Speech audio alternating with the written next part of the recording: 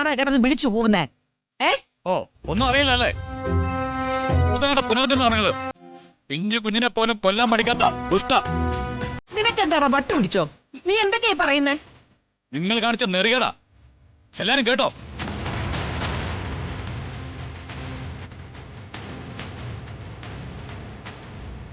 മോളെ ലോറി ഇടിപ്പിച്ചു കൊല്ലാൻ ആളിനെ ഏർപ്പാടാക്കിയിട്ട് നിൽക്കുക ഈ സ്ത്രീ.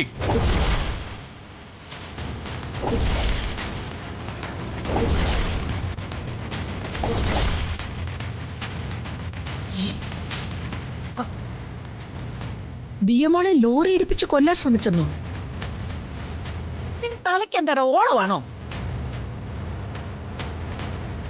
അതോ നിന്റെ പതിവ്രത രക്തമായ വന്ദനയുടെ തലയുടെ മന്ത്രം കേട്ട് വട്ടായിപ്പോയോ?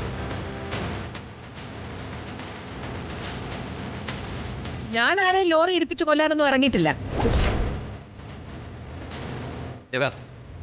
നീ എന്ത് അടിസ്ഥാനത്തിൽ അപ്പച്ചയെ കുറിച്ച് ഇല്ലാത്ത കാര്യങ്ങളൊക്കെ പറയുന്നത്?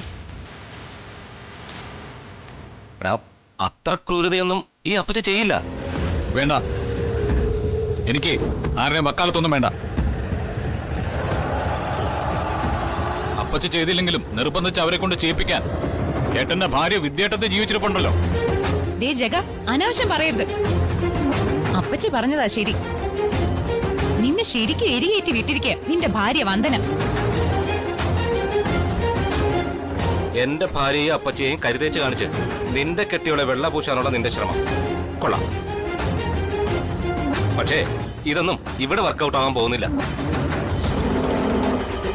വെറുതെ ഓരോന്ന് ചമച്ചുണ്ടാക്കി എന്റെ മെക്കിട്ട് കയറാൻ വരരുത്. ഒന്നോ ആ എരണം കെട്ട വന്ദനെ അവളുടെ അനാഥ കുഞ്ഞിനെ വണ്ടിയേറ്റ് കൊല്ലാനും മടിക്കില്ല. ഞാൻ അറിയാം, കൊല്ലാനും നിങ്ങൾ മടിക്കില്ലെന്നറിയാം.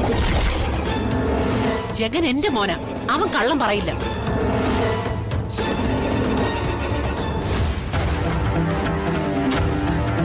എന്താ മോനെ, എന്താ സംഭവിച്ചത്? മോളെ സ്കൂളിൽ കൊണ്ടുവിടാൻ ഞാനും മോളും കൂടെ പോയതാ. പെട്ടെന്ന് ഒരു ലോറി മോളെ ഇടിച്ച് തെറിപ്പിക്കാനായിട്ട് വന്നത്.